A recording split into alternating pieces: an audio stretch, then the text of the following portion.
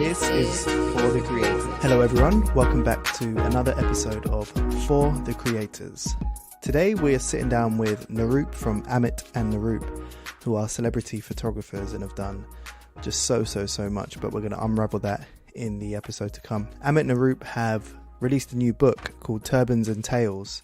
We explore what that is and why they endeavoured to make a book in this episode, so check it out.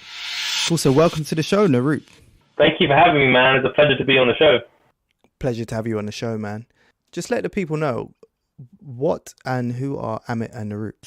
Yeah, so Amit and Naroop, we are basically two cousins that got together about 14 years ago with this idea that we could take over the photography world.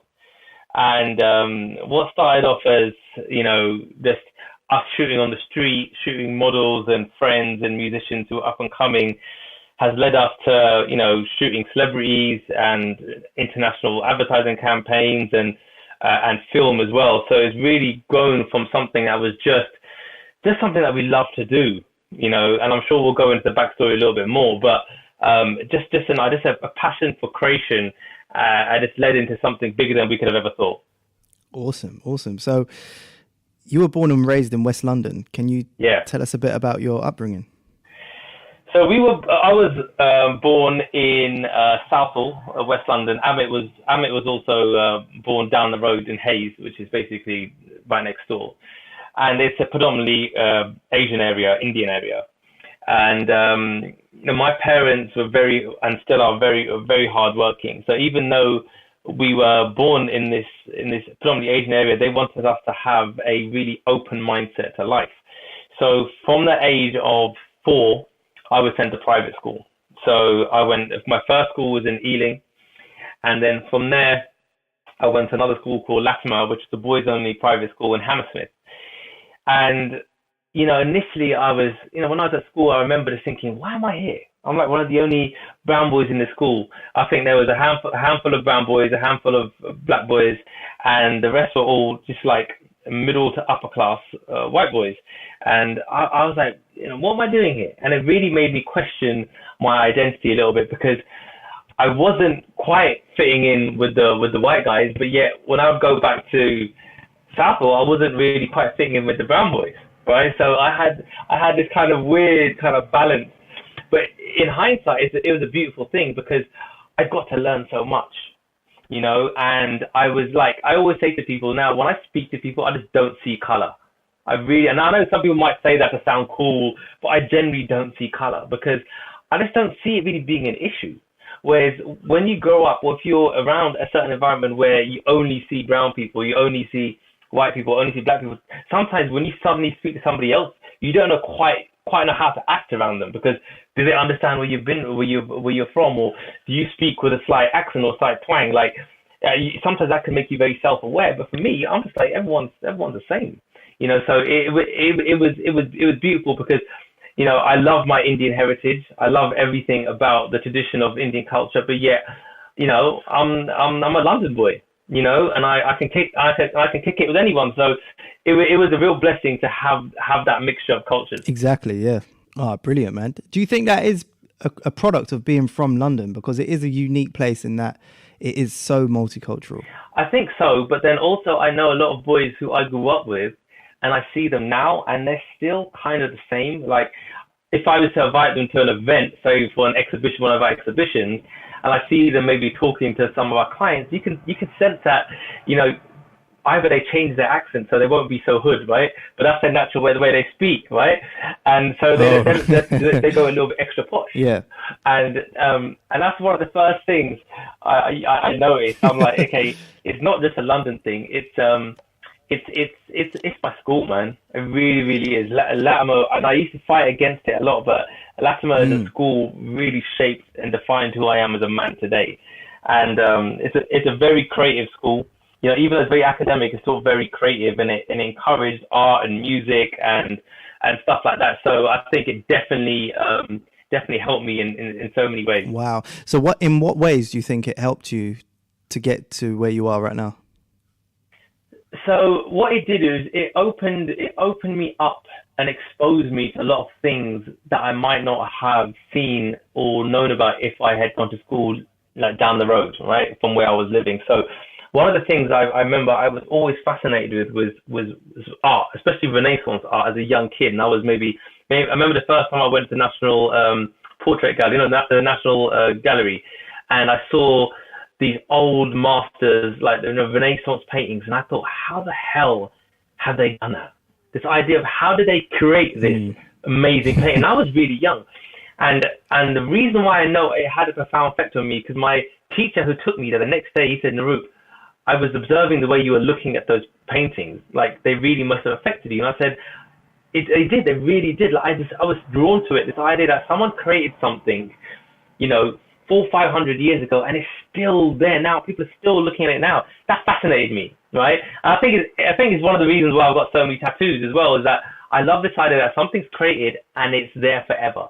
And people sometimes have the opposite view, especially that on ink and tattoo. They're like, oh, you might regret it, but for me, you can never regret that stuff. It's a part of your life. So I think that's why what Lama did was expose me to places like that. I'm not saying that other schools don't go there too, but through that and through learning about history and the history of art, and I learned the piano and stuff, I just think it opened up my mind. And really, I didn't realize I was creative while I was at school, because my dad had a multi-million-pound business, right? So being an Indian boy, a lot of time we end up going into the parents' business. So when I was young, I was like, okay, I'm just going to work with dad. And he knew that because my brother was going to do medicine.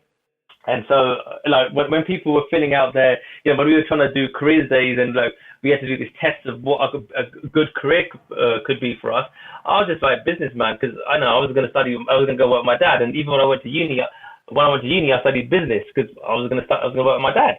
So I never really. What was your dad's business? So he had a clothing manufacturing company. He would make denim wear for Ralph Lauren, all the high street brands. So it started by my mum's father, my grandfather, from a kitchen. He had my mum and her 4 sisters would work after school sewing these jeans, and then he scaled up to a factory here, and then eventually we had 5 factories in India. We were employing thousands of people, and it was a big business. And for me that was brilliant. I was well. Wow.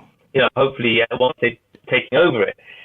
So the year I came out of uni, I started working with my dad, and the business went bankrupt. So his business partner in India, made a couple of decisions that weren't quite right. Cash flow suddenly kind of tightened up. Yeah. India changed its legislation of how much goods we can export, and I saw a business, multi-million-pound business crumble.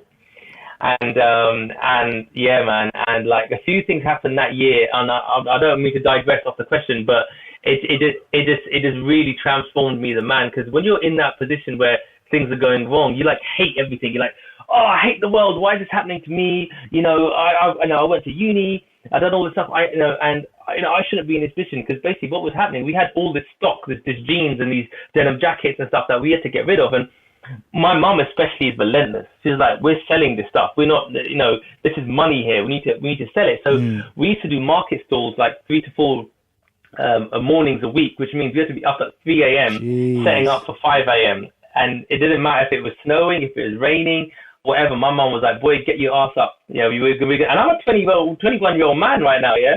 And I'm like, I shouldn't be doing this, but I did it. And what it showed me was that, you can never take anything for granted. And hard work is still the thing that will set you apart from anybody. Regardless of talent, regardless of opportunity, hard work. And then, and the craziest thing ever, or not the craziest thing ever, but something my dad told me at that time, like really had a massive effect on me. So when he used to go to India, when the business was really, really good, he'd pull up in the car. There'd be a driver driving him. He'd get out of the car, and workers would literally rush to the car to help him. Hit the bosses come. They want to show that they love the boss, right. They love the business. So they used to fight to carry his briefcase and his suitcase. Right, it was a privilege to do that. Yeah. He said I went from having my briefcase carry for me to having to carry other people's briefcases. So he had to get a job as a cabbie once the business went down. Wow, look at and he that. said I went from having my briefcase carried for me to having to carry other people's. And he did that for maybe 6 months only. So, he only did it to make ends meet. Now they've both set up businesses and doing incredibly well again. But that humility, for him to be a millionaire and then to become like a cabbie and have to go through that and build again. I said, the universe has put me in this position, man. It really made me go through this. So when I start my own career, I can always remember that never take anything for granted, always be humble. These kind of qualities, and you only really learn that through experience. People can tell you, be this, be that, be whatever, but until you experience it, you're never going to understand it. Exactly. So those are the kind of things, like, along with school and all that really started to define my characteristics as a man.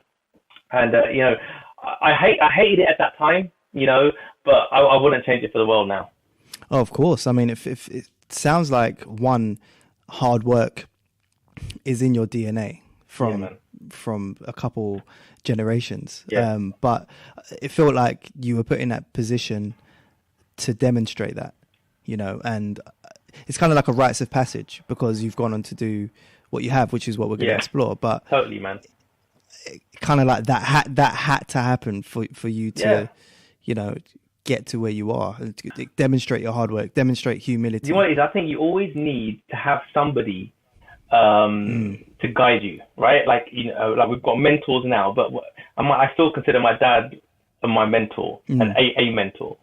But he, as well as my mum, who's helped me so much in my life, my dad is someone I've always respected more than anybody. And a couple of things he did when I was young had these kind of life-defining effects on me. Like when I was 15, I never really used to study well. I never really got more than 4 A's in my report, every term. I used to mess about, and I never used to listen to my dad. And he wrote me a letter once. He left it on my bed.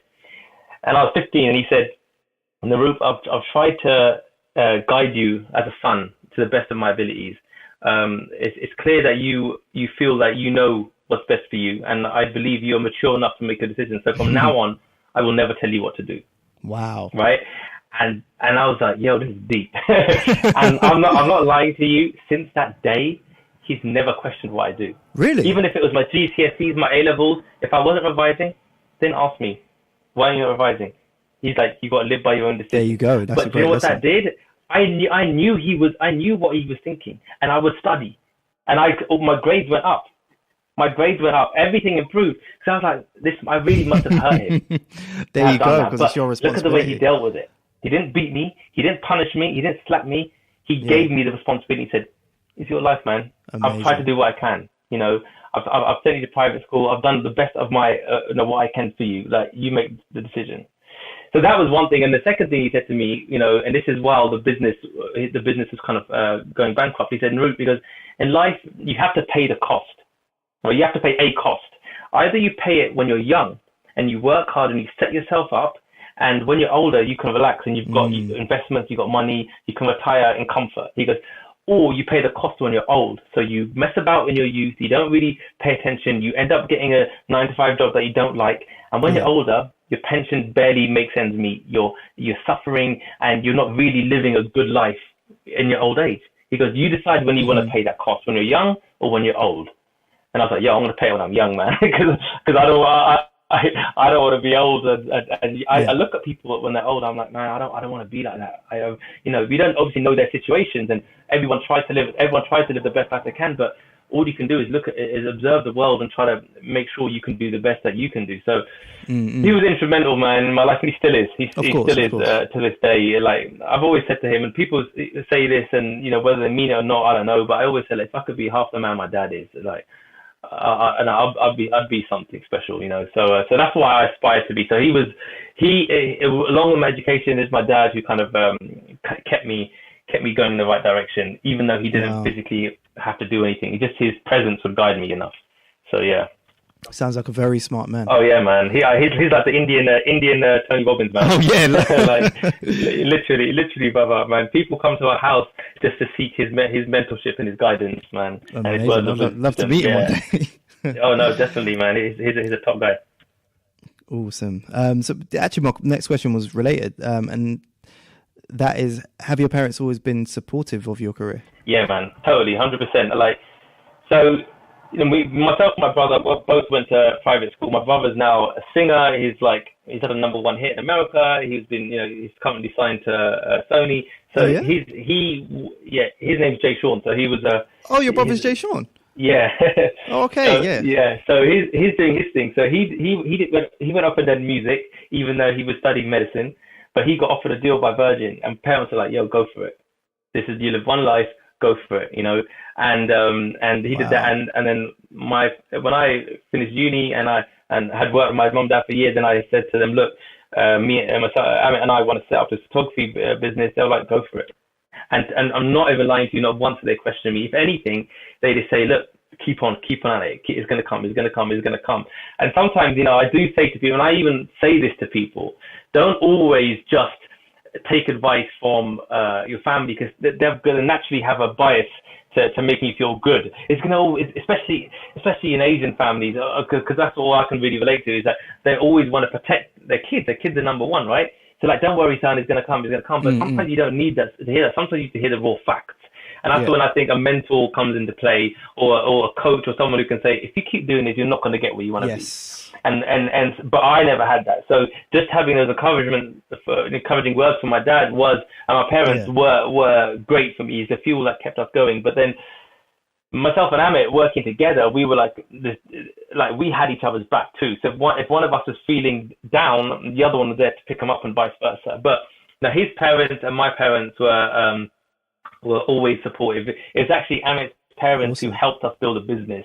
And I don't know whether you want me to go into that right now, but it was through their investment, both with their time and their money, that helped us to set up the company, man. So without both our parents, we wouldn't be where we are now. Absolutely. And it feels like as well, like what it sounds like, obviously your family's always going to do everything they can for you in terms of support. But I think they gave you the necessary building blocks and necessary freedom and responsibility for you to kind of feel the facts. You said like, it's helpful to have a mentor to just tell you the straight facts. Yeah, totally, man.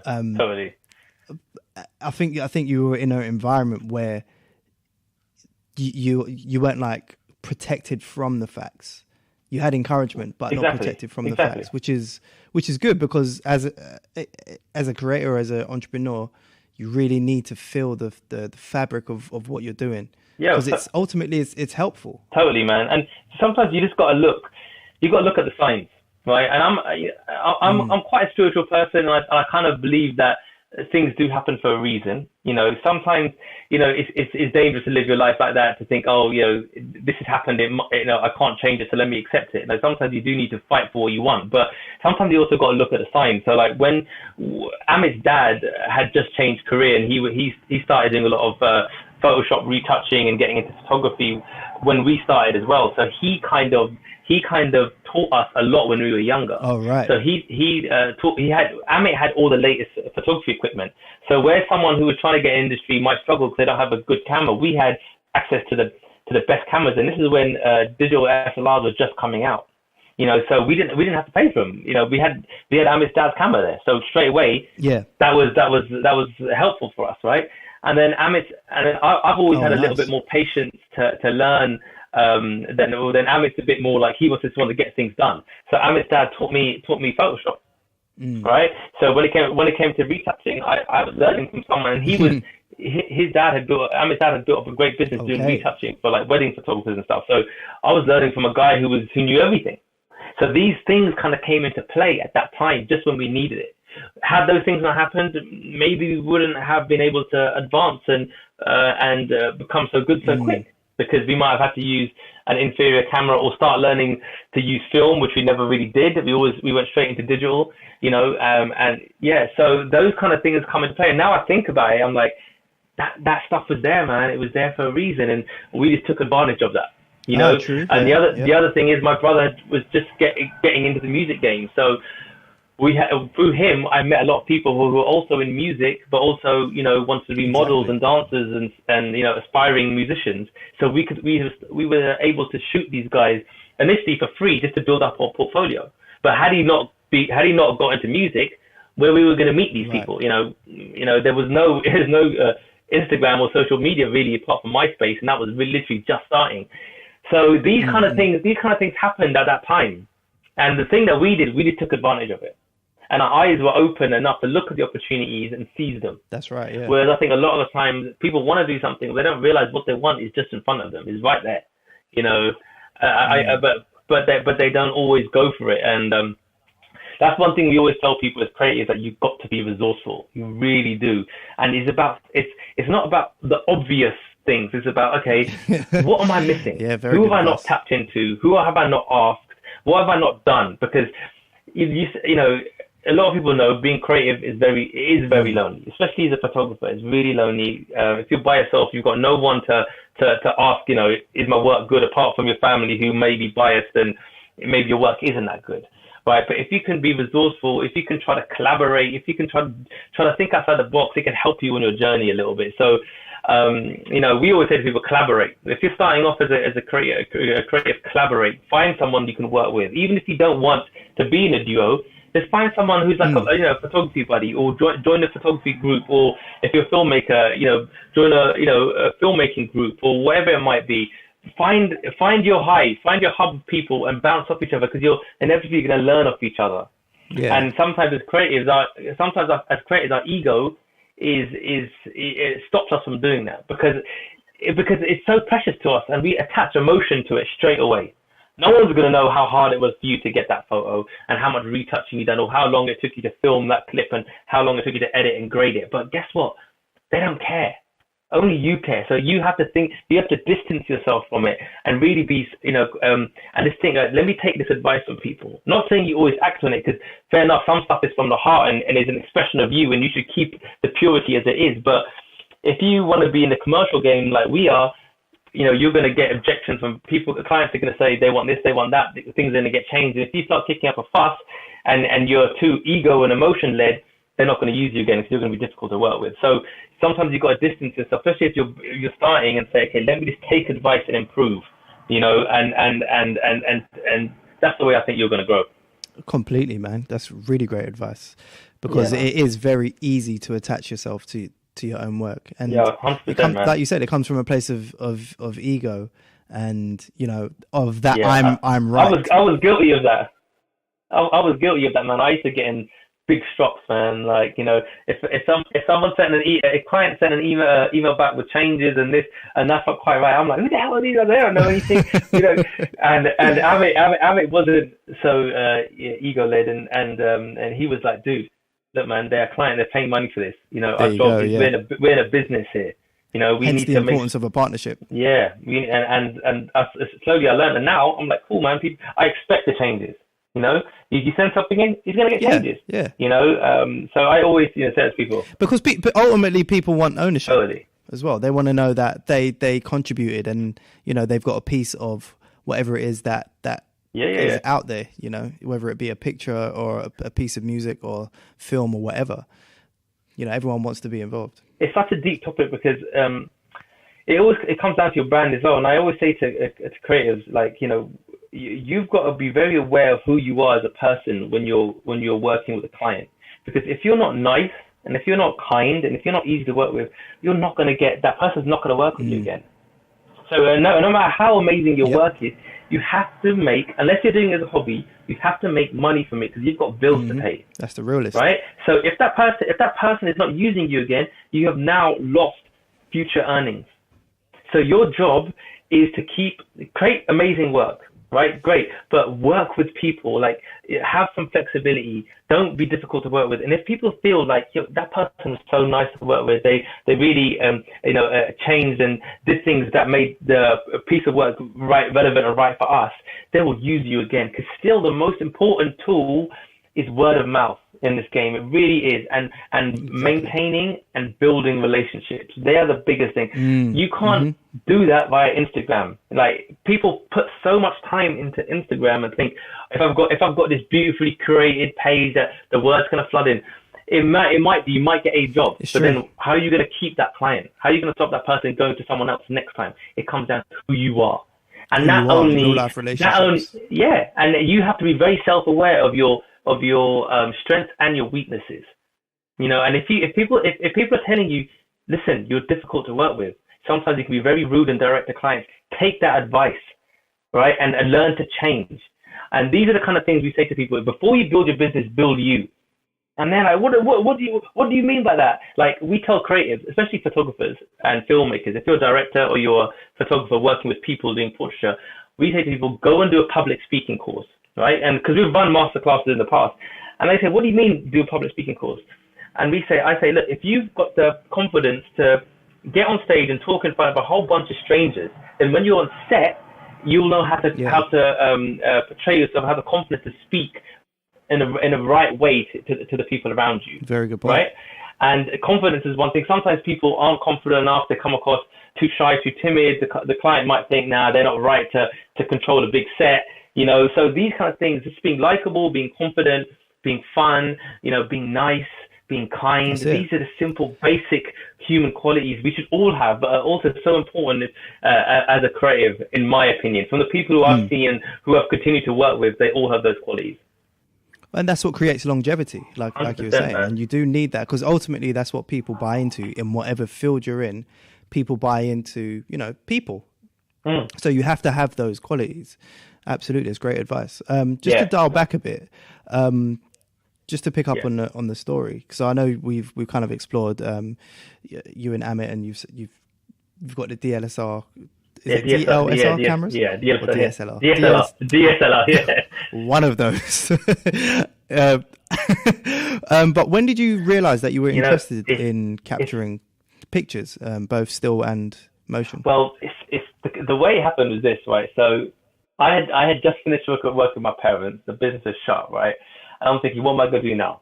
So my brother just got signed to Virgin Records, right? And I'm like, if he's in music, let me see if I can get music. So one of my friends was like a singer, aspiring singer. So I said, I want to manage you, man. Like, I'm just going to watch how my brother's being managed. I'm going to do the same thing for you. So I was trying to manage this dude, and he needed to have some photos done, right? So I said to Amit's dad, Uncle, can you take some photos of my friend? And we had arranged it for the following week. Anyway, the day came. I rocked up to Amit's house with my friend, and his dad's like, look, dude, I'm so busy with my work. I'm not going to do it. So Amit said, Naroop, I'll do it for you, man. I've been using the camera a little bit here and there. And I said, all right, cool. So we literally just did this shoot together. And Amit really didn't know much about the camera, just knew the basics. I knew nothing. I'd never done a shoot. And so we did the shoot, and the pictures came out great. And no lie, from that day, we said, after I prayed to God, we said, should we just do this together and try to do some more stuff? And I was like, cool. And we started to do more and more and more. And after a few months, we were banging out. Birth. That's crazy. That is literally where it started. We started banging out some good work, still learning every job. Oh, wow. And then we were like, dude, we can make this into something. Remember, at that time, I was like 22, Amit was like 18. And, we were living at home, didn't really have many costs. So we could afford just to go out and hustle and, live off, ask our parents for money in this and stuff. So that was chilling. That was cool. We had the freedom, but we were shooting every single day we were shooting, right? And after about a few months, where were you shooting? Around Hayes, around Southall and Hayes, where we were living. So this urban, we'd jump over walls into factories, and just everything was really rugged and urban, and so really gritty, stuff like that. That was the kind of vibe of the work we were doing. Nothing indoor at that stage. Yeah. And then we started to learn a little bit more. And Amit's dad has said, look, you guys have got something. I'm not lying. He's like, you guys have got something good here. So he invested in some lights for us, right? Some basic flash lights. And so be it, as a universe, as things happen, his parents were redecorating the house, right? His house. And he said to his mum, look, the living room, just keep it all white. The walls white, the floor, just to put it like white wood flooring. So basically it was like Amit had coerced them to make it into a little mini studio. Nice one, Amit. Again, timing was right. Exactly. We got a few backdrops, and we started shooting and learning how to use studio lights in his parents' living room. And his dad didn't really know too much about it. So we were all learning together, and it was fun, right? And we started banging out some portfolios, just doing everything our own way. But it was good. It was always encouraging that every week the work was getting better and better. So that's how we got into stills. And film didn't come for another kind of 6-7 years afterwards. That was something. The same approach where we just jump in, right? The film stuff was a crazier story because we were on set shooting Tinchy Strider and Tayo Cruz, who were quite big at the time then. And we had been, our job was to shoot the single cover in between the breaks of while he was shooting his music video. So we were on the side like while they were doing the music video, and I was looking at how the director was directing him, and I thought, I could do that. I think I could do that because basically he's doing the same as us, but in his case, it's motion, and ours was stills, but the same. The action and the direction is giving is still the same. So immediately, the seed is planted in my head that I want to start doing music videos, right? Let's do music videos. But I don't know. I was thinking maybe we'll try to get into it, but it wasn't something I thought I'd immediately act on. The following week, we were doing a photo shoot for a guy, a unsigned music artist, a friend really. And after the shoot, he said to me, "Look, Naroop, I want to do a music video. Do you know any directors?" And I was like, "I'll do it for you." And he's like, "Yeah." And he goes, "What have you done before?" I said, "Dude, I'm not lying. I haven't directed anything, and I'm not lying. I hadn't done anything, nothing, right?" But I said, I see what this guy does on set. I think I can do it. And he goes, "Do you know what, mate?" He goes, "I trust you because your stills are so good. I think you could do a good job with a music video." So I'm thinking he's got like £500. I go to him, "What's your budget?" He said 15 grand. What? Right? And I was like, 15 grand? I was like, damn. I was like, okay, cool. And dude, we shot a music video for 15 grand, right? Whoa. And luckily, you must have been like a kid in a candy shop. Oh, dude. But yeah, luckily I knew a DP, like a director of photography, cameraman, who was like a good friend, and he kind of helped to tell me what to do. But we produced and directed that. And for anybody who's in production, they know it's hard to do both because production's a whole separate beast to directing. But we did both. Paid way too much for too many things that we didn't know, right? Did the video baptism of fire. Yeah, it did the video though, and it was alright. And literally, what I did then was I started sending emails around of that music video to all the production companies, right? And we got signed to a music video agent off that first video. No way! Just by saying yes. And the second video I ever directed was for Miss Dynamite. No way! Right? Which one? First one was While Out. It's a black and white one. It was, and then I did Never Soft for her as well, and that was like my fourth video. But I was still learning as I was going. I look back at those videos. I'm like, I did not know what I was doing, but somehow, some way, they were good. They were actually really good, and I was like, okay, that's got to be an element of talent there. Like I couldn't have just fluked it. But dude, I just jumped in. Exactly. But the photography really helped because I knew about framing. How to frame stuff up, what looks good, what lighting is really good, and to this day that really helps when we're working on film projects. That we know how we want everything to look. So that's how we got into photography, and then that's how we got into film. Both of them like this, just jumped in, man. It takes guts to believe in yourself, and that's what we did, I was going to say that. Yeah, I was going to say that. It really does. Yeah, we just believed in ourselves and thought, let's just do it, man. Let's just do it. Life's too short, and it paid out. It ended up working out for us, man. Absolutely, man. So you're in your studio, the makeshift studio. You've got lighting and stuff. Yeah. What made you want to buy more equipment rather than go and rent a proper studio? Well, quote unquote proper studio. Well, because I mean, at that age, it's a pretty bold. Yeah. Amit's dad loved having the latest gear, right? So he would keep on buying more and more lights for us. So seeing that we were doing good, he was taking advantage of it and doing shoots, and he just loved the feeling of creation because he was the creative, but he used to run a mechanics garage, and he sold it. He left that to start doing retouching and photography. So for him, seeing us doing well in it, even at the early stages, producing a decent level of photography, he enjoyed it too. So it became like a nice little bond that was forming between us. Right. So like a year later, Amit said to his parents, "Look, we want to get a studio. Will you guys lend us some money to put a deposit down?" And we found a place in Acton, West London, and they put the deposit down, and we paid them back.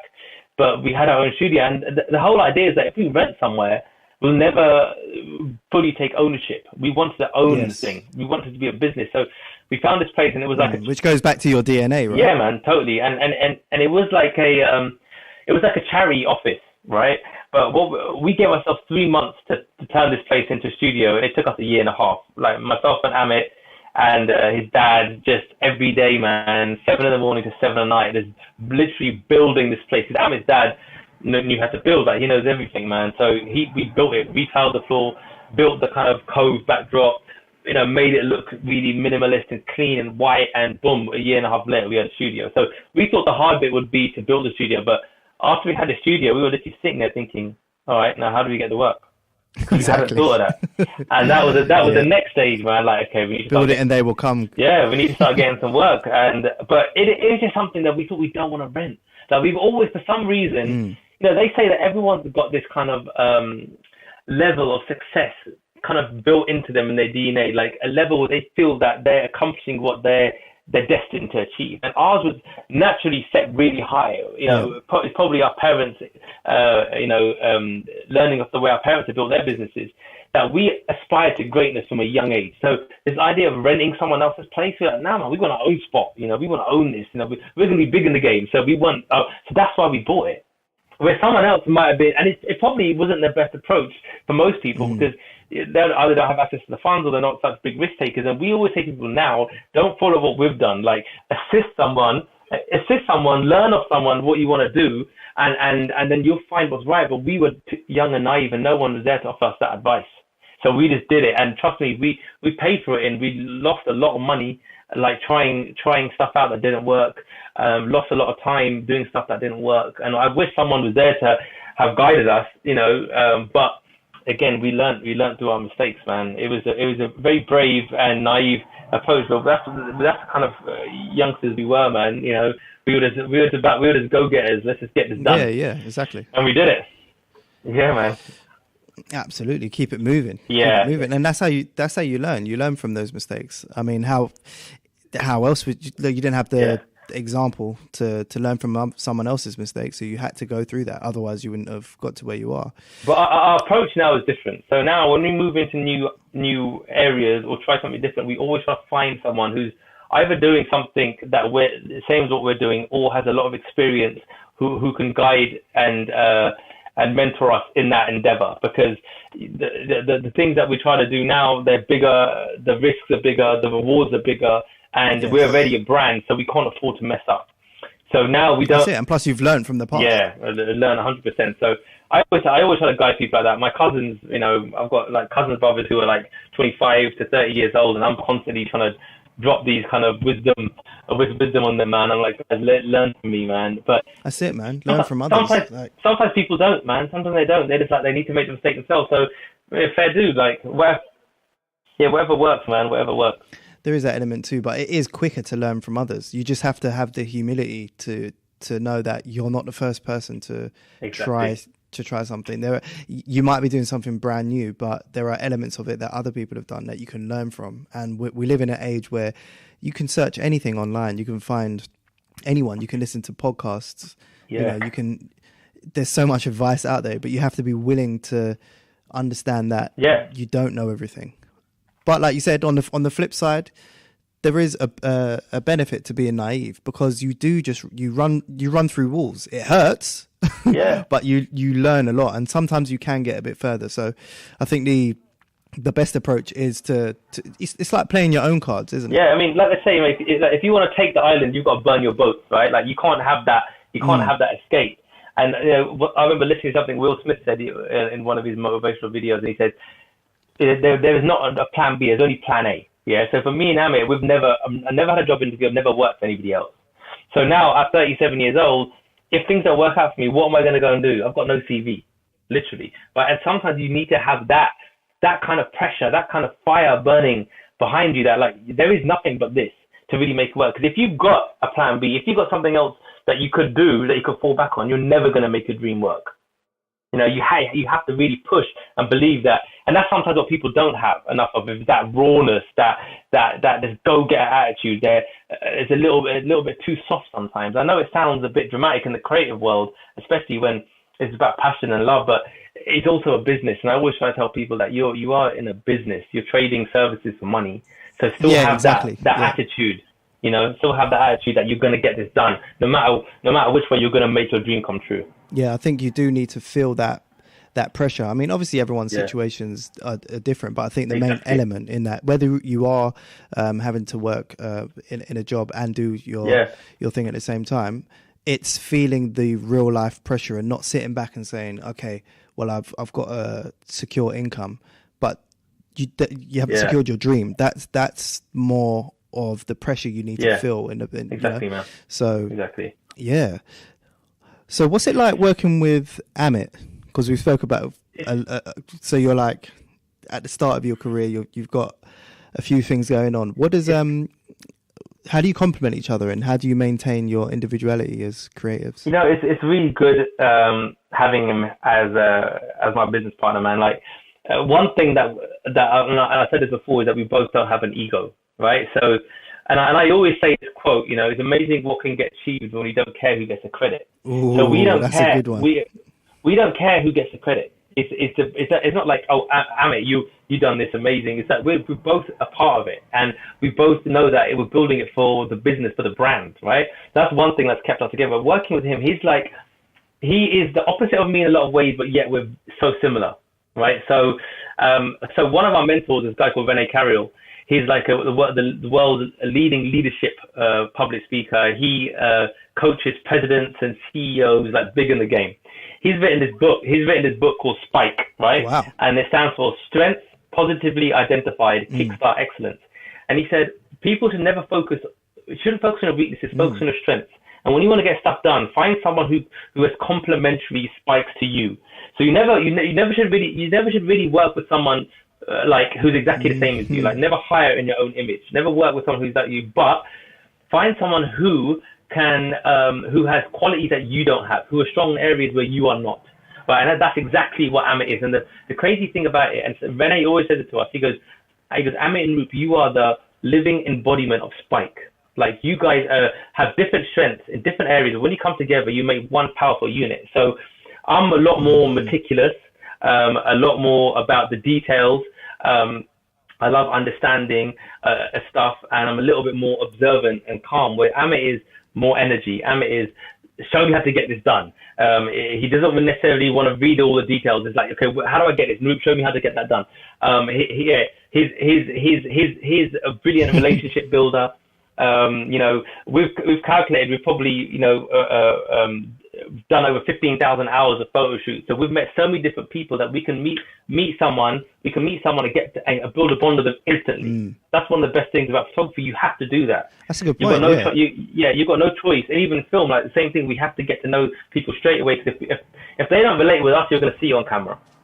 So they have to feel comfortable. Yeah, and we've got these qualities at this work, and we didn't realize it, but it's like a marriage. We've just grown over the last 15 years to have this bond and this. And trust me, we've had tough times, really tough times, but we've never let it go. And another thing Rene always says, he goes, nothing builds a relationship like going through adversity, right? And we've been through a lot of tough times, and when you go through that and come out the other end stronger, right, and having achieved what you want, it cements you, man. It really, really does. So in the creative game, a lot of people don't work out because they want the credit and they feel someone else is getting more love than them. It doesn't work out, or they have a different vision than the other person, which is fine. It's fair enough. If you don't both want the same thing, you shouldn't be working together. But we've been fortunate that we've got a complementary strengths. We both have the same vision, and we don't care who gets the credit. So I think that's simply why we work so well together. That's a brilliant account of how to work in a partnership. It's similar to Veneer and I. That's what we found in a very short space of time. And again, like we've had ups and downs in terms of this project and the business that we're creating. But like you said, there's no ego, and that's a core element. And being able to have open, honest communication. It's almost like having those two elements and having obviously the complementary skills. Anything that happens, it's almost like we've got the necessary equipment to deal with it. So I'm confident that anything that comes up, we'll be able to get through. And obviously that's what you guys have done as well. And communication, man. Communication, yeah. The speak your mind. Be open. Tactfully, not like, you don't want to bring the other person down, but you've got to say what you feel, man. So those are the reasons why we work together, man. Nice. So I'm going to move into your work. Yeah. Your work is, the word I can think of is iconic. Oh, appreciate that, brother. Thank you very much. No, seriously, like it's outstanding in terms of, it's very impactful when you look at it. It really grabs you. So how would you describe your style? I think our style is a reflection of our personality, man. It's bold, it's confident, it's bright, it's vivid. You're right. It's impactful. And it's what we think reflects us. And naturally, it's what we naturally gravitated to. And I think it's really important as a creative. You need to have a certain style that defines you. So the people think that if you can do a lot of different things, it makes you really good. But really, when you're at our level in the commercial game and you're shooting advertising campaigns, people want to know you for your style. And okay, these guys are brilliant at doing that. We need this campaign to be bold, bright, make an impact. Amit and Roop do that. Boom, let's get them. Right, that's naturally come to us. That's the kind of guys we are, It's just a reflection, right. and it's not something it's not like we saw someone's work. We thought we want to be like that person. It's just something that the retouching style, the kind of felt right. Our lighting, just kind of we naturally like stuff that was a little bit more. The light was a bit more sharper, more crisp, with strong highlights, and it's naturally well, but. We say to people again when they're trying to get into the game, either find someone's work that you like, or see what look at other photographers, and if you like something, try to do something similar, not exactly the same, but take elements from different people and try to make it your own. We never had that advice, so we kind of just learn ourselves. But yeah, that's how I would describe what we are, and your work, your style has to feel right to you. It has to be natural to you. If it's not. If you don't like it and if it doesn't come naturally, then don't do it. Yes. That's what I would say. Yeah, because you could be an amazing photographer, but not put your ideas forward. You could just be someone that facilitates someone else's idea, and that becomes soul destroying if you don't have your own style. Also, on the topic of your own style, does that carry? Because, like you said, it's an expression of both of your personalities. In terms of style, it's not just about the work, is it? It's about your approach in terms of how you make clients feel on the day in the studio. Yeah. So it's really interesting, man. People don't understand. I've been going on about this for years, how important it is, your approach and how you work, right? And I'll give you an example why it's so important. We recently just got signed to a new agent, and we had left our old agent, parted ways a few years ago. We weren't really looking for someone else to represent us. We were getting enough work. But we signed to a new agent, and the reason why they signed us, fair enough, the work had to be good, but it was the way we were on set and the type of individuals we are. They said the industry needs people like you. Look at that. So and we went to meet. We didn't even take our portfolio, our book with us, because they knew it wasn't about that. That they'd already seen our work. It wasn't that we had to prove ourselves. It was like the industry needs your approach. They need people who are fresh, upbeat, can build up the energy, make people feel good. It's all about. As a creator, like the one thing I love about, especially in film, is that you have to work with so many different people to make the end product work. But if everyone brings their A game, your end product's going to be amazing, right? But as a director, as a photographer, it's your job to pull that out of people. Right? Don't expect them to do the best for you if they don't care about, the project, or if you're treating them in a bad way. Don't expect the makeup artist to go the extra mile, or the stylist to be really efficient on set or be nice on set. You have to create that energy yourself. You're the captain of that ship, right? But if you can do that, if you make everyone feel appreciated, everyone's going to go the extra mile for you, man. They're going to, and guess who gets the praise at the end of it? You do. So it's about trying to, and that's our approach. We always make everyone feel good, right? Our first advertising job came from a makeup artist recommending us to an art buyer. They said, look, I've got these two friends, Amit and Roop, man. I think they'll be really good for you on your next project. And boom, well, that was our in. So not even from an agent, from a makeup artist. From a makeup artist. So that's our approach, man. It's natural to us. We like being nice to people, man. We like seeing people smile. Man. We like meeting new people, making new friends. That's what life's about, So that's why I think it's really important that everyone has a nice personality, man. It's so important. Definitely. It really is, man. It really is. So when did you start working for the Shortlist? Shortlist, I think we started working with maybe a year and a half ago. So we were trying to get a meeting with them for ages, and it just wasn't happening. And then we had one of our interns sending out emails, and luckily Kevin, who was a head art buyer there, said, yeah, look, let's bring the guys in. Let's arrange a meeting for in a couple of weeks' time. We were boosted. So we went in. He said, I've got 10 minutes. We went in, we ended up sitting with him for 2 hours because we were talking about so much stuff, and he got to know who we were. Next week we got a phone call. Are you guys free? You need to shoot the cover for Miles Teller. who was just done a film then, like big Hollywood actor. We had half an hour. Whiplash. Yeah, Whiplash. Yeah, half an hour. Boom, did the shoot. They loved it, the cover. Then we started banging out loads of covers for them. Did Riz Ahmed, and we were massive Riz Ahmed fans. So that was a brilliant thing to do. Yeah. But it's just that, you know, we not only sold our work, we sold ourselves, you know, to them. And I think Kevin and Gemma and all the people at Shortlist are so lovely, and we were just like, we just got on well with them, you know. And then we produced the work, and the key there was that, you know, each shoot you probably got about half an hour to shoot the person, so you haven't got long to do it. So no, that's not long. That's when your personality comes into play. Okay, how are you gonna now? Now you got a Hollywood actor coming in the room, right? So this dude, he knows he's a big man. But how are you gonna befriend this dude? And the way you do it, you just speak to him on a level. What's up, man? How you doing? It's like not even like, hi mate, oh, it's really nice to meet you. He's like, yo, what's up, dude? Give him like a Benjamin hug, like and boom, they're like, and literally they're like, yo, okay, these guys they're just cool, and they appreciate that so much.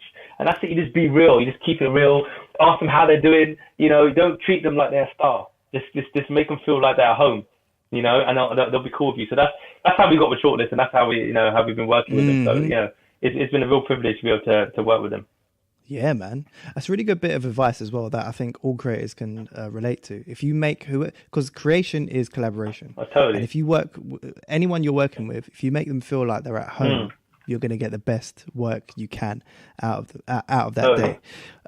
What made you want to work with the Shortlist in the first place? It's just we always thought they were a perfect match for us. The style of work that they like is very similar to what we do. Plus, shooting celebrities is always a good thing, right? You know, editorial is not the best paid work, right? You know, the budgets aren't amazing, but it's great for your brand. So if you can say, you know, shot Ricky Gervais, Celeb, Riz Ahmed, Kaiser Chiefs, all these people know that you're big in the game in terms of branding. You begin access, but in the commercial advertising game, that doesn't mean diddly squat.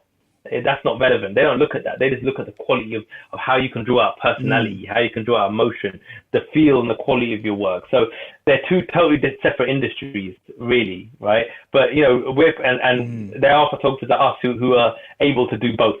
Some people just do one or the other, but we're quite fortunate to be able to do both.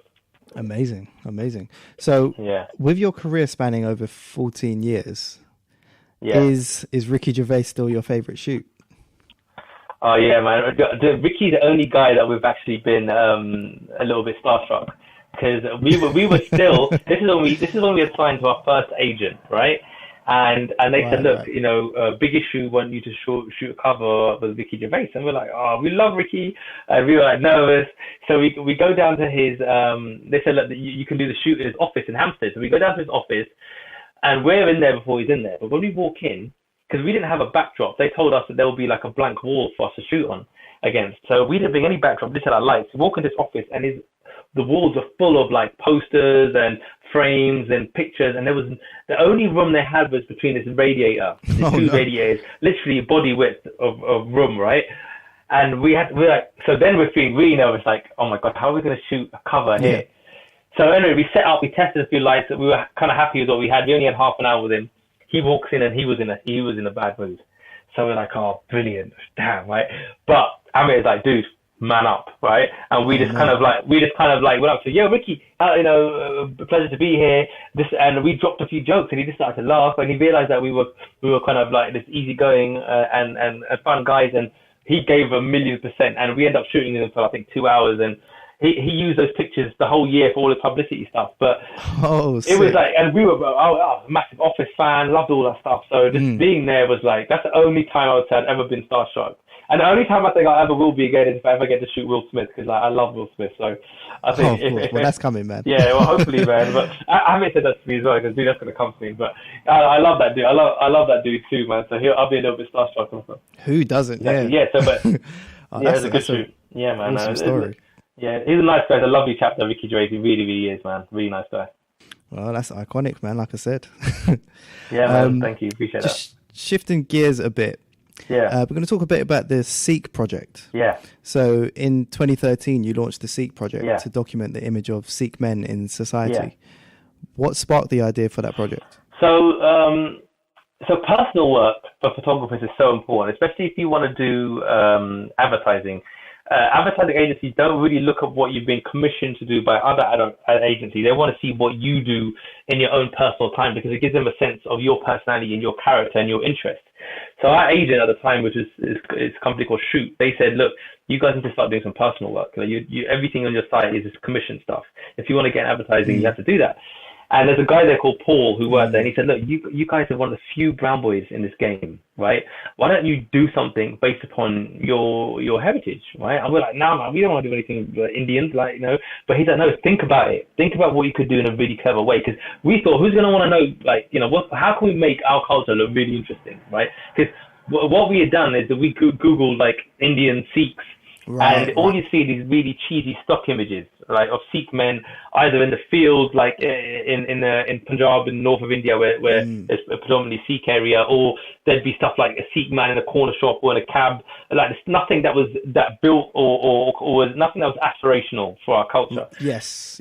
So we were thinking ideas, and we kind of thought, nah, we ain't gonna be able to make this work. And then what we noticed one day when we were driving back from a shoot in Shoreditch was that in 2013 was a time when men of different races and backgrounds started to grow really long beards, right? Like it's a fashion statement, and we thought, this is nuts. Like, why are people growing these beards? And we realized that they wanted to stand out, they wanted to have their own identity, and we thought we need to show that our people, like Sikh men, Orthodox Sikh men, have been the beard's been an integral part of their identity for hundreds of years. It's not a fashion thing, right?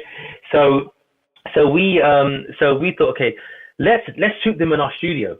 Everything we've seen online is always on location somewhere. Let's shoot them in our studio. Let's make it really stylized, right? And make it a mixture of our kind of really, like you said, iconic look, but with the subject matter being our heritage, you know, Sikh men. So initially, no one wanted to be involved with it. They didn't understand it. But then I dragged my grandfather into the studio and said, dude, sit there. Took this photo of him, and then literally had that photo on my iPad. Would go around either on the street or at the temples or in kind of Sikh festivals, and trying to get guys to come to our studio to be part of this project. And initially we thought maybe 10 to 12 images would be great as a little project on our site, but as soon as we started the Facebook page, it has exploded. No one has seen anything like that. And it ended up being like 35, 36 images, and we put on an exhibition in the UK. Oh wow! And it just blew up, man. Like everybody internationally was saying these images are amazing. You know, we had calls from different countries to do something similar there, and it took so much of our time because we didn't get paid for it. It was a labor of love, right? And we ended up just saying, look, we can't do anymore, man. Like we put a year and a half into it.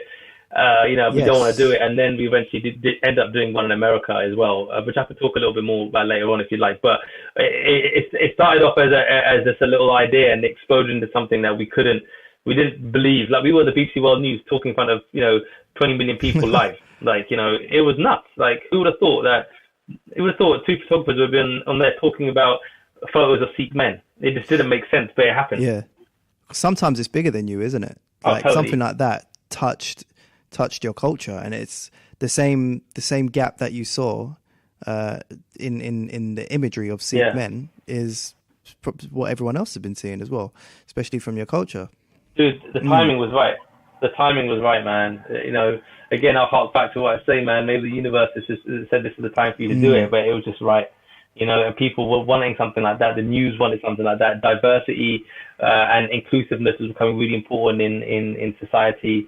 So it just everything just aligned for us, man, and we're really grateful because that's something that definitely changed our careers in a big way. Yeah, definitely. And also talking about alignment, you went down the crowdfunding route to fund the project, and you started to receive donations from all over the world. Well, it was nuts. Did you get a sense that you'd done the right thing at that point? Yeah, well, look, we had never put on an exhibition, and our agent said, look, you're going to probably need about £7,000 to do it, and we're like, £7,000 is a big risk. Like, we could have, we could put some money into it, but then to pull 7,000 out, and at that time we had a lot of bills at our studio, man. Like, so just pulling that out. I think we had just bought some new equipment. We had spent like maybe 20 grand on some new equipment, so it wasn't the right time. So they said, why don't you try crowdfunding? You're getting a lot of attention. I'm sure your community is going to back you. So we put up, we created this video, put up this crowdfunding page, and luckily, again, we didn't realize it, but because we had created this Facebook page 6 months before, we had a decent following on Facebook for the project anyway. So when we put up the Kickstarter campaign, the crowdfunding campaign on Facebook, people just immediately started donating 10, 20, 50 pounds, £100 here and there. So the first, 3-4 days, I think we raised maybe, £500 to £1,000. So that was not bad. But it was only when Huffington Post Huffington Post picked up the project, picked up the Kickstarter campaign, nuts. wrote about it, and dude, within like 3 days, we had raised all the money. We didn't only raise 7,000, we raised like 12,000. What? Like two people gave £1,000 each. One was in America, one was in England, and it showed that there was love for the project, you know. And it's very important to people. Yeah, and the crazy thing is, we actually needed more than 7,000. In 12,000 we had, then we put in a lot of money ourselves just to make the exhibition happen. But it was brilliant, man. It had never been done. The turnout was fantastic. We held it in central London, you know, and it was. I remember this having set it up and looking at it and thinking, man, I can't believe this has actually happened. Mad. Like, if someone told me that a year earlier, I would have said, nah, I wouldn't even talk about an exhibition. What was an exhibition on? But you just go with it, man. You go with what your gut tells you feels right, you know. And as long as you're getting a positive response along the way, which we were, we keep another step forward, and it's amazing, man. You know, what can happen, man? What can happen? So it was brilliant. Really enjoyed that. That's incredible. Yeah, man. Cheers. Oh, that's incredible. In a previous interview, you mentioned that from a very young age you wanted your name to mean something, and to like leave a legacy. Do you think you've achieved that with the Seek project? I think so, man. I'll tell you why we said that is because at the time, like, and still now, if I tell someone I'm a photographer and a filmmaker, they'll say that, what do you do, weddings? Like, because Indians normally go into wedding photography, right? So when we were starting out and we were thinking about names, friends of ours would say, look, just don't call it Amit and Naroop. Like, for example, for instance, no one's called Naroop, so no one's going to be able to say your names. There's hardly any other Naroops out there. And like Amit and Naroop, it'll sound too indie. No one's going to get it. Like, call yourself something like Phoenix Photography or some other stuff. We were like, nah. I was like, hell no. Are you mad? I want my name to mean something. And the brilliant thing is, man, like, we tell people who we are, Amit and Naroop, and they'll never forget the name. Yes. Because, you know, because of who we are and the way it kind of just flows. But I wanted to mean something because I think being Asian, you know, and being one of the few Indians in the industry, I wanted us to stand out, and I wanted to say, hey, we're here to do something, man. We're here to make a difference, and just being bold and being brave, and not buckling to the trends or what other people tell you. You just got to go with what you feel is right, and it's definitely helped us, man. Like all those things, like our age, the fact we're a duo, the fact that we are Indian, the fact that we go by our names, first names only, all that kind of stuff. It just helps us stand out, and I think the Seek project definitely has helped to leave that legacy. But I think there's still much more that we're gonna do that's gonna have even more impact, you know, on people. But it's a great way just to show us what is possible through creation. Absolutely. Yeah. Oh man, that's exciting. Man. So previously you've said winners are the people who lose the most. Yeah. Can you give us an example of times where things were very difficult for you guys and how you? Yeah, man. One story I'll never forget, man, was so we had bought our studio. We were doing a few bits and pieces, but we weren't making any money. Literally, just barely enough to pay the bills, right? And my friends at uni, they'd all got jobs, right? They were working in pharmacy or in recruitment or a doctor or whatever it was. So one day they said, Naroop, man, let's link up at Nando's. And dude, I didn't have any money in the bank. So I had this jar full of change, and I tipped the jar out, and I had to count £12.50 because I knew that's how much a half chicken and chips was at Nando's, right? Yeah. No lie. Yeah. And I had that thing, I put it in my pocket, and I said to myself, what the hell am I doing? I'm literally scraping together the money. But and in my eyes, I was losing. Everyone else was winning. Yeah. Right? But I wasn't afraid. I was like, nah, man, I've got to go with my gut. And you know, no one, but the one thing I've never done, and we've never done, is we never speak of things that we don't want to happen. So sometimes you meet people and they're like, oh, how are things? They're like, oh, things aren't that great, man. This is going wrong, that's going wrong. We never said that. No matter what circumstances we're in, anyone asks us how we were, things are going amazing, man. Things are fantastic. Yes. Because immediately they're thinking, wow, this guy's doing well. Like something's good's happening. They want to talk to you more. The energy lifts up. Whereas if I say, look, you know, things are really bad, man. I think we're going to close down. Right. Immediately the energy, the conversation, boom, it just drops. And I don't want that to happen. So those kind of instances, yeah, no, in my mind we were losing. But, you know, and other times we were trying to sell artwork. We were trying to do this crazy abstract artwork. We had employed a agent to find some salesmen for us, and we literally lost like, you know, over 60-70 grand in trying to create this artwork. Money gone. Again, we felt like crap. Like, okay, we're losing, man. We're not getting, but we kept pushing forward, man. The amount of jobs that we lost, especially in music videos, the amount of treatments I wrote that didn't get accepted. Every time that my agent sending, an email, sorry, man, you didn't get the job, you didn't get the job, you didn't get it, so many times. But then my dad always said, look, man, life is all about no means a new opportunity, so you keep on going. And then there's that famous scene in he said, you can hit and you can still get up. How many punches you can take and still keep moving forward. That's what I meant by the winners are the people who lose most. You just keep on doing it. But what I would say to that, and I would say to people, is that you have to show that you do have the potential to make it. So I wouldn't advise people to do something like, if I wanted to be a footballer at 37 and I can't play, I'm not good at football. If I said, I'm gonna play for Arsenal one day, man. Yes. Someone's got to pull me back. They do. Think you ain't gonna play for Arsenal. It's not gonna happen. You're past the age. You haven't got the skills. This, that, and the other. You can't do it. So sometimes people, you do have to rein in that idea that you are gonna lose because you can't win because you haven't got what it takes. But if you have got what it takes, but the things just haven't aligned, the timing isn't right, then keep pushing. As long as you know you're heading and people are telling you, don't worry, man, you've got it, and you know that you've got what it takes, then keep pushing. But if you're trying to do something which physically is impossible, that's not going to happen, then you have to heed people's advice. So that's why I would say, like, always take that with a pinch of salt. Like, don't just be blinded by this enthusiasm to do something if it is actually impossible to do. I think that's good advice, because sometimes people are addicted to the first dream. Yeah. And what I mean by that is like for example, it'd be like, you're 37. No, but I've always said that I was going to play for Arsenal when I was blah, blah, blah. But maybe it's not the specifics in the dream that you want. It's what you're doing. So you might just want to play football.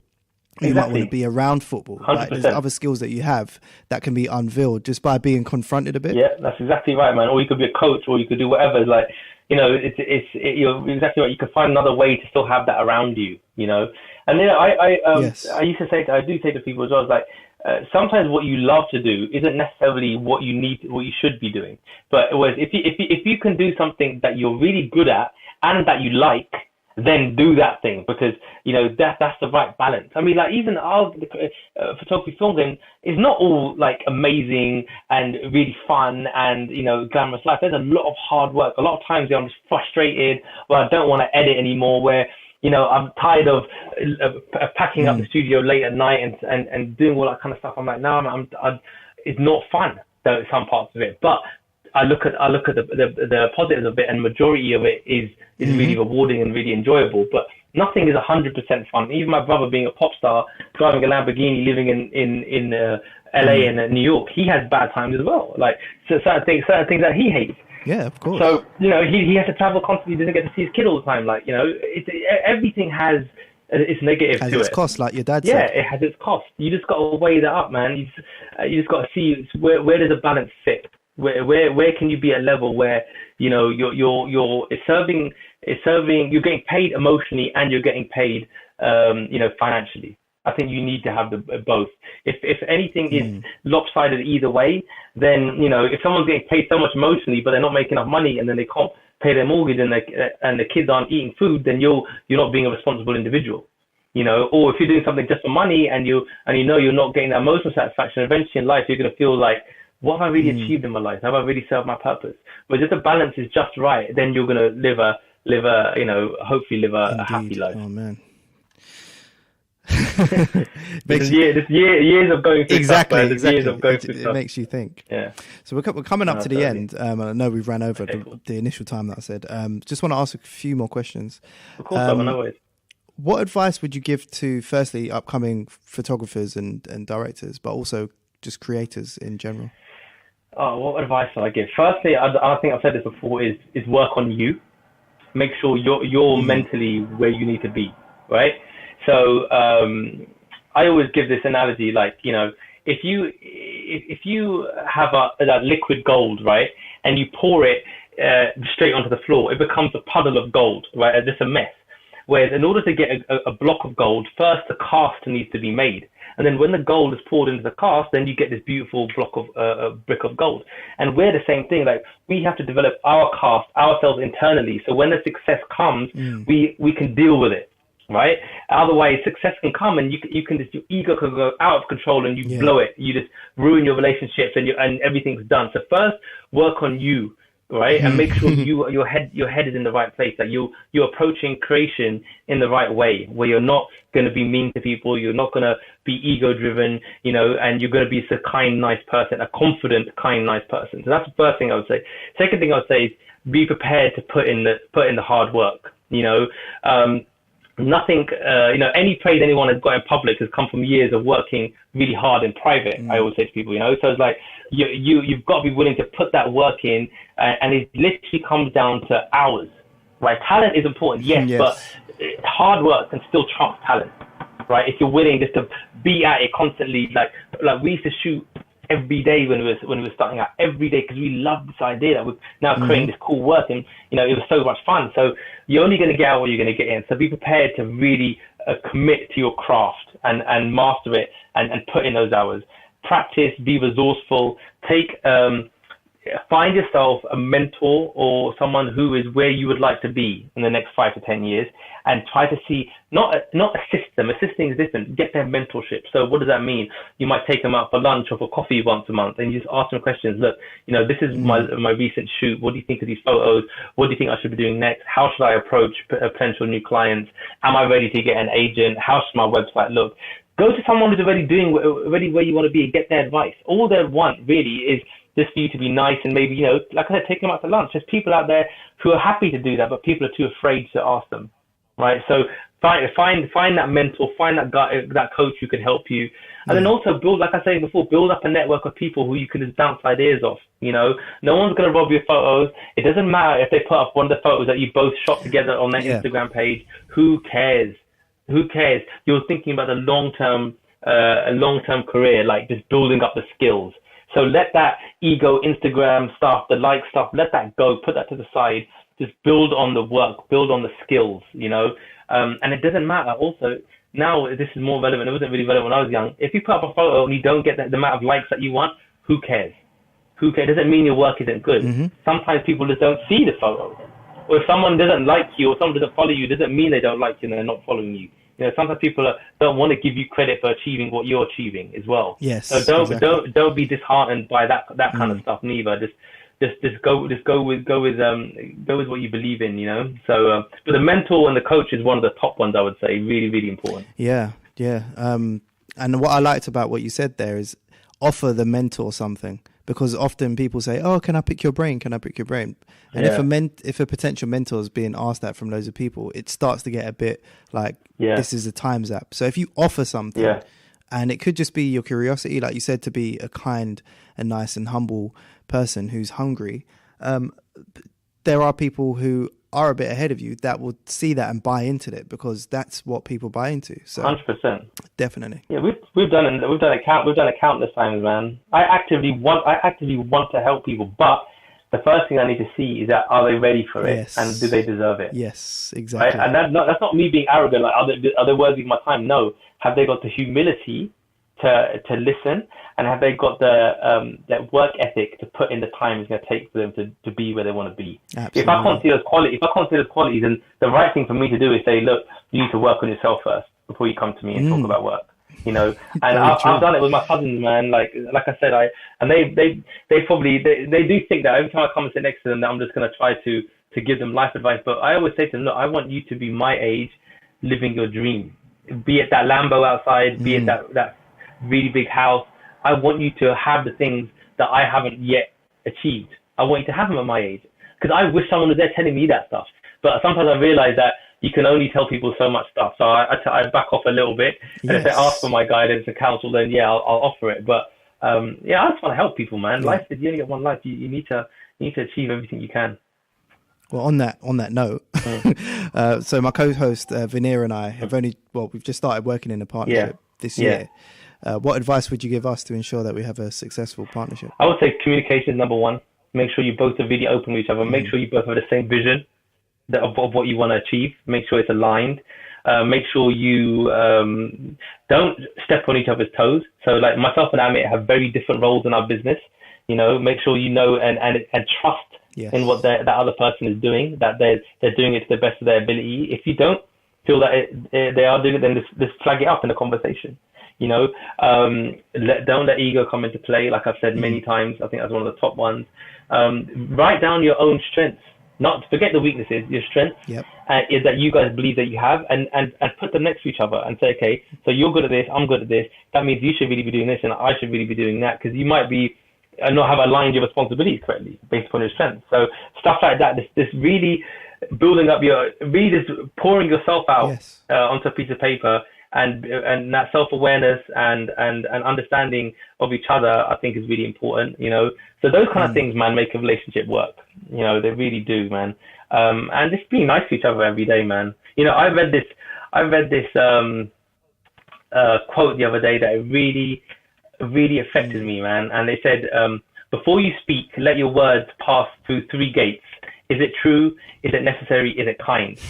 Love that. Right? And I thought those things, like, it's so important. Like, so many times we say things and we don't really mean it, and it's not needed, and it's not kind, and it's not even true, but we say it. And why do we say it? Because we're hurting inside, or, you know, something's happened. But I read that, and that has not left my mind since I read that quote. So I thought, if my words could have that meaning, and like I can have that in my mind constantly before I speak, man, I'll be a good dude, you know. So that is really, really good advice. So is it true? Is it necessary? Is it necessary? Is it kind? Love that. Yeah.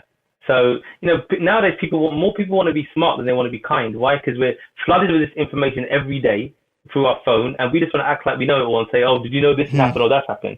But really, it might just be better to say, hey, man, you're looking really good today, man. I love that shirt. You know, it really makes you look good. Or, you know, just something nice to someone that's going to make them feel good, because no one wants to feel like they don't know stuff or they're stupid or dumb. But yeah, we say it because why? It comes back to ego. We want to show that we're smart. We want to show that we're better than other people. You know, so if you can do that and have that kind of working relationship, then you guys are going to kill it. Thank you, man. No, we're definitely going to take that advice 100%. Really appreciate that. Cheers, man. Good. If you could go back to speak to yourself in year 11, last day of secondary school, what advice would you give yourself, knowing what you know now? I'll probably say buy loads of Bitcoin now. I would say never rely on anybody. Yes. Right? Because that's a mistake we've made with our first agent. We kind of got signed to an agent and we thought that we've killed it, you know, and you know, we made it. Yeah, we made it, and we took our foot off the pedal, and we lost that eye of the tiger, like that rocky eye of the tiger. We just didn't have that edge. We just thought, now that we're set, and it set us back a few years. You know, we could, if we had just kept our foot on the pedal, we would have killed it. That's one. 2, build and nurture relationships. You know, we were shooting everybody in the music game, and really everybody should be our friend. But we didn't realize that after you've worked with someone, take their number, take their email, become their friend, because people are going to recommend you. Word of mouth is still the most valuable tool, and we never did that. You know, and so I would say learn to build, nurture, and it's a thing that our mentors do. All of them, you'll see all these rich, successful people, they all are so good at building relationships. You know, they'll go out their way to send you a handwritten note or a handwritten letter or a gift, or take you somewhere nice to eat. And it's just their way of, because they know the future, the rewards are going to come, you know. So I would say build relationships and feel and be in tune with how the universe works. Like I was listening to this guy called Jay Shetty, who's like this. He used to be a monk, but now he's really big on YouTube and stuff. And he said like the universe is all about giving. Right, it's not about taking. A lot of times we're all about taking. We want to take things. We want to get money. We want to get this. He goes, but he says, for example, if you sit under a tree on a hot day and you sit in the shade, the tree doesn't ask you for money for offering the shade. Or if it rains and the water grows your crops, the clouds don't say give you money for growing your crops. But yet we always ask people for stuff without giving. And he said, as soon as you have this, as soon as your energy flows the way that the universe flows, and it always gives and gives and doesn't ask, naturally you're going to start getting stuff back. And I thought that's deep, man. And that's where relationships should be: give, and eventually your time is your rewards will come back. So that's another thing I think I would build. And then also I just think like I tell myself to be more kind, I think, to people, just generally. Like, I wish I had understood that philosophy of kindness just trying to make people smile, and just leaving them feeling good about themselves. It's basic, really simple things, man. There's nothing too complicated, but I wish I had realized these things earlier in my life, rather than later. I'm not saying that I'm too old now, like I'm an old man, but, I think there's so many instances where I met people and I could have probably left a better impression on people, and mistakes I've made, relationships I could have built that were no longer here, so that kind of stuff I think I would have told myself. That's really, really valuable. I mean, and the purpose of this question is so people that creators that are of that age can use these answers as shortcuts. Oh, totally. Dude, the problem isn't talent in a lot of people. The problem isn't that they're not good. There's thousands of amazing people out there who are so good at what they do, but the problem is, a lot of the time, is them. Is that they haven't got the relationship skills to build relationships. They haven't got the confidence to approach new clients. All right, they don't understand the benefits of mentorship and guidance. They just think it's so much about the work. They forget everything else around it, which is them and how they're perceived by the world and how they interact with people. And sometimes you got to step away from your work and think, am I sending out the right signal to people? Because there's no one out there who's doing something that someone else can't do. Right, that's a fact. There's no photographer, filmmaker who's doing something, but there's people who've got a brand. There's people who are getting booked for who they are, and that's what people need to work on. I think just as much as they're working on their work. Yeah, that's very true. Definitely. Yeah, that's what I would say. That's a great place to leave it, I think. Cool, are you working on anything new that we can share with our new audience? Well, our book's coming out. We've got a book called Turban and Tales that's coming out in January. That's all about the Seek project and how we did it. It's got a whole chapter on the it's got a whole chapter on the history of the turban. We've got we've got the UK, and because we shot a bunch of Sikhs in the US, so we've got UK, US Sikhs in there, men and women, 76 people and their stories of how they live with their Sikh identity and how it's affected them and their relationship with it. And then we've also documented how we did the whole project, how it came from the idea to the execution to the exhibitions that we've had. And so it's a good book. It's coming out through a publisher called Unbound, and it's being distributed through Penguin Random House. So it's going to be in like Waterstones and W.H. Smith and Amazon and stuff like that. So watch out for that. So really excited about the book, and we've got a couple of other projects that we're working on, again, to raise awareness on issues that we think are important. Like one's all about doctors, and one's about China, because China is a big trend right now. So we've got like the initial seeds of that on our website at the moment. Yep. But the film game is really big for us right now. We're doing a lot of work in film, advertising and stuff like that. So there's a lot happening at the moment. So exciting times, man. To be honest, I just feel blessed that I'm able to still do what I do now, after 15 years, and I've still been able to maintain this partnership with Amit, and that every year we're moving in the right direction. So I take that as a blessing. Oh, it's a massive blessing, and it's such an incredible journey, and I'm so honored that you told it on this podcast. It's been my pleasure, man. I hope people find it useful, and hopefully they can take a nugget, of from it, and hopefully you can help in their careers. Absolutely. Well, there's many nuggets to choose from. Brilliant, man. Well, it's been amazing talking to you, man. Oh, thank you so much. One last question, and that's the question that we ask everyone. So now you've been through the For the Creators experience. Yeah. Who would you be interested in hearing answer the same kind of questions? If it could be anybody, I'd probably say someone like Will Smith. Yes. I think if it was someone who, dead or alive, I'd love to hear Bob Marley, man. I just think that he's one dude. I've always said if I could shoot anybody dead or alive, it would be Bob Marley, man, because he just you realize that he was 37 or 36 when he died, and how much he achieved, man. Like I've watched his documentary on him countless times. I've got all his albums. But just, and his philosophy, man. Someone asked him, are you a rich man? He goes, are you talking about money? He goes, I don't consider that wealth. For me, wealth is my people, my relationships. I'm like, that is such an amazing attitude to have, and it's so hard when you have success to be like that. So he's someone I'd love to hear how his story of creation, and just his story of how he made everything happen, like coming from nothing, literally living in poverty, to dominating the world and in reggae music, man. Just that would be fascinating. That would be completely fascinating.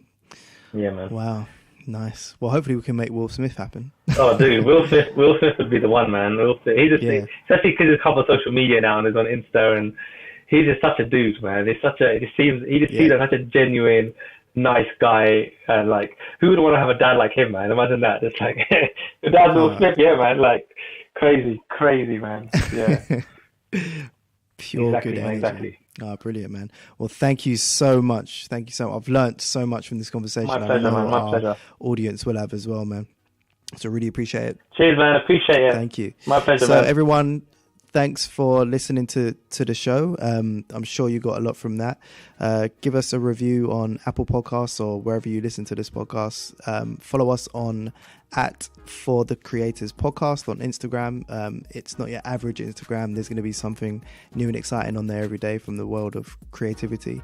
Naroop, where can people find you online? Our social media handles are @Amit and Naroop. That's AmitAndNarOop, and website is amitandnaroop.com. Perfect. Lovely. All right. Well, cheers. Thanks for listening. Thanks, man. Cheers, man.